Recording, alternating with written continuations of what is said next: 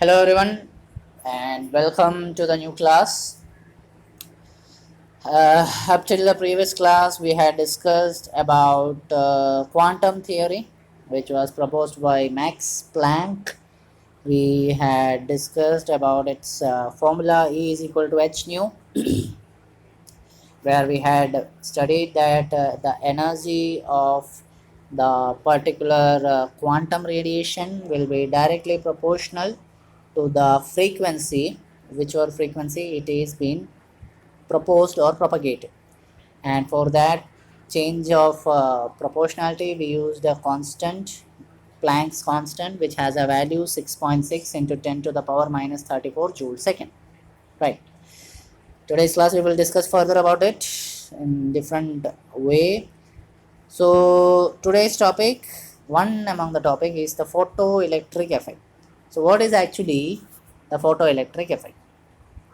It was in 1887 when Hertz, the founder or the person behind the symbol or the SI unit given for frequency. We know the SI unit of frequency. SI unit of frequency is Hertz, which is written as Hz, and the person behind it was Heinrich Hertz.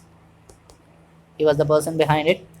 So Hertz in 1887 did an experiment where some of the electrons were ejected from certain metals.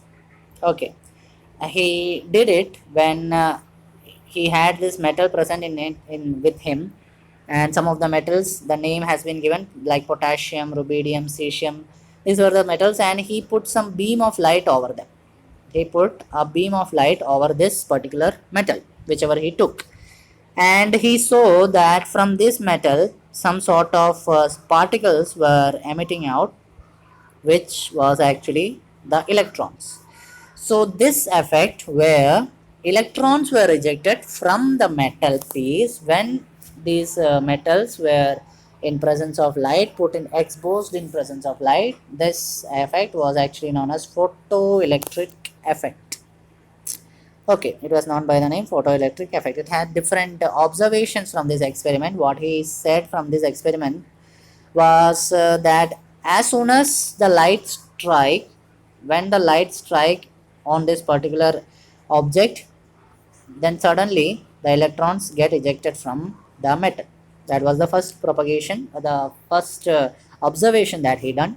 Second observation was that he saw that the number of electrons that were ejected, it was actually proportional to the intensity of the light, intensity, or we can say brightness of light. If the light was very less bright or was very dim, electrons were very less ejected. If it was so much bright, light was so much bright, the electron ejected was in higher amount. And third one which he said was the kinetic energy of the electron, whichever was emitted, it actually increased with the frequency of the light whichever was used. Means the kinetic energy, each and every particle in this world has specific energy present in them. Kinetic energy, we know that energy it is possessed by a moving object. Energy possessed by a moving object, that is kinetic energy. There is one more type of energy also present, right? It is potential energy. Potential energy means object when it is at rest, what type of energy it will have? It will have a potential energy. Means suppose your car is at rest, at that time it will have a potential energy, but when it starts to move, it will change its potential energy into this kinetic energy. Okay, so the energy, the kinetic energy of the electron which was ejected was due to the increase of frequency of the light used. So these are the three observations that he done, that he saw in that particular observation. And from this observation he depicted one thing, that if the light energy is taken by formula of Planck's constant E is equal to h nu, and the energy which the particular light had before striking. Suppose this is the light particle, and before striking, this had this particular energy have this particular energy has the striking of EH0, and after striking the energy of the particles become H nu.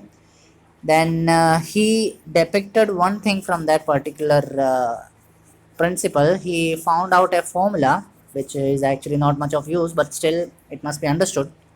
He found out a formula that we know one thing: total energy of an object always depends upon potential energy and kinetic energy. You are taking a ball, it is in your hand, it will have potential energy.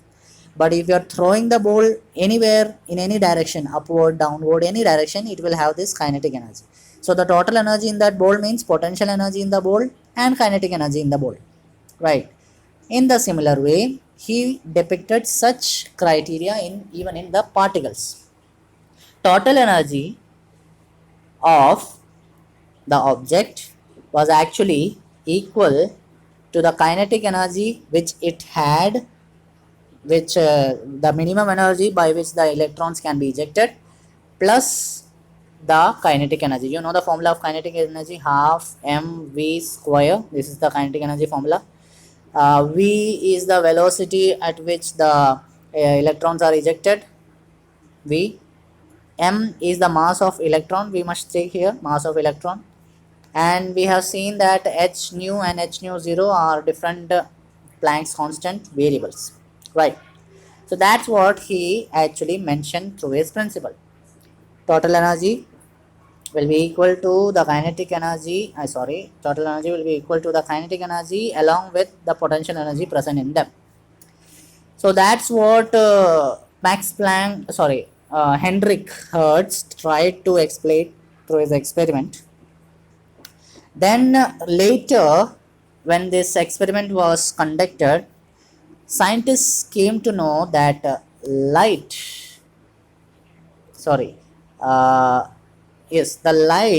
actually has two particles present in it, or two properties present in it. One property was, as we discussed earlier, light has this wave property or wave nature. Another property was light has this particle nature. Wave property means light can travel in the form of wave. Light can travel in the form of wave with the particles, electrons or protons or photons, which we say, present in it. And particle nature, it means it will be scattered in the form of particles here and there, still having the particular photon energy present in it. So light energy has this two nature present in it. So light energy always act as a dual behavior. So thus it behaves in the form of an electromagnetic radiation. So speaking of which, in this particular paragraph, no need to go through all those things. Some important things are given. It's not so relevant also.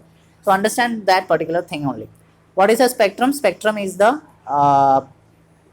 band of light which is formed by the white light. Means we will have this white light when it is scattered. When it gets scattered and when it gets split, what happens? The white light split into various colors, 7 colors. It's a phenomena that you see in the rainbow, right? Violet, indigo, blue, green, yellow, orange, red. These are the colors that a white light can split into. This range of colors in which the white light split is actually known by the name spectrum. Okay, and this range of light from violet to red has different frequency present in them. So this combination of different frequency is known by the name continuous spectrum. The spectrum of white light from violet to red will have different frequencies. This light has different frequencies, and this different frequency will be known by the name continuous spectrum. Okay, now This is the case of white light. But what if atoms also has the ability, or smaller particles also has the ability to emit light? How can it be done, or is it possible? It is actually possible, but it is possible in fact that they will light only in a particular wavelength, and that too in a dark space. We can see this violet, indigo, blue, green, yellow, orange and red anywhere, wherever the sky is. If the sky is having this light matter, or this the sky is very much enlightened, we can see this particular range of colors. But if an atom is splitting in such a case, then we cannot see that particular wavelength until it is in a dark space. So such spectrum is actually known by the name line spectrum or atomic spectrum. It is known by the name line spectrum or the atomic spectrum, and it was first given by a particular scientist, robert bunsen Robert Bunsen. He said that some elements can have this property of line spectrum, like rubidium, cesium, thallium, indium, gallium. All these minerals actually has this line spectrum or atomic spectrum. And the study of this emission spectrum or absorption spectrum. Emission spectrum means emitting something, emitting the light energy. Absorption spectrum means absorbing the light energy. Such type of spectrum, the study of such type of spectrum is known as spectroscopy. Then so the spectroscopy of such particles, rubidium, cesium, francium, was actually done by the scientist Robert Bunsen. Okay. Now speaking of which, the main thing in this chapter we have to handle is about line spectrum of hydrogen. As I told, atoms also have this spectrum of energy. They will have this different variations of light, and these different variations of light can be depicted with the help of a formula V, or the wave number V equals 109677 bracket 1 divided by n1 square minus 1 divided by n2 square. This is the formula by which we can find the hydrogen atom spectrum. Means different colors of light that, or different range of light that or different series of light that a hydrogen atom shows is shown by this wave number V equals 109677 into 1 by n1 square minus 1 by n2 square, where actually this n is actually an integer, whichever integer we can use, and this 109677 centimeter raised to minus 1 is actually the Rydberg constant. Okay, it is actually the Rydberg constant. So how can we ponder this value, or how can we find this value? See, if the value of n1 is 1, if the value of n1 is 1, we have this formula. If the value is n1 is 1, then n2, value of n2 must be taken as either 2, 3, 4, any value can be taken.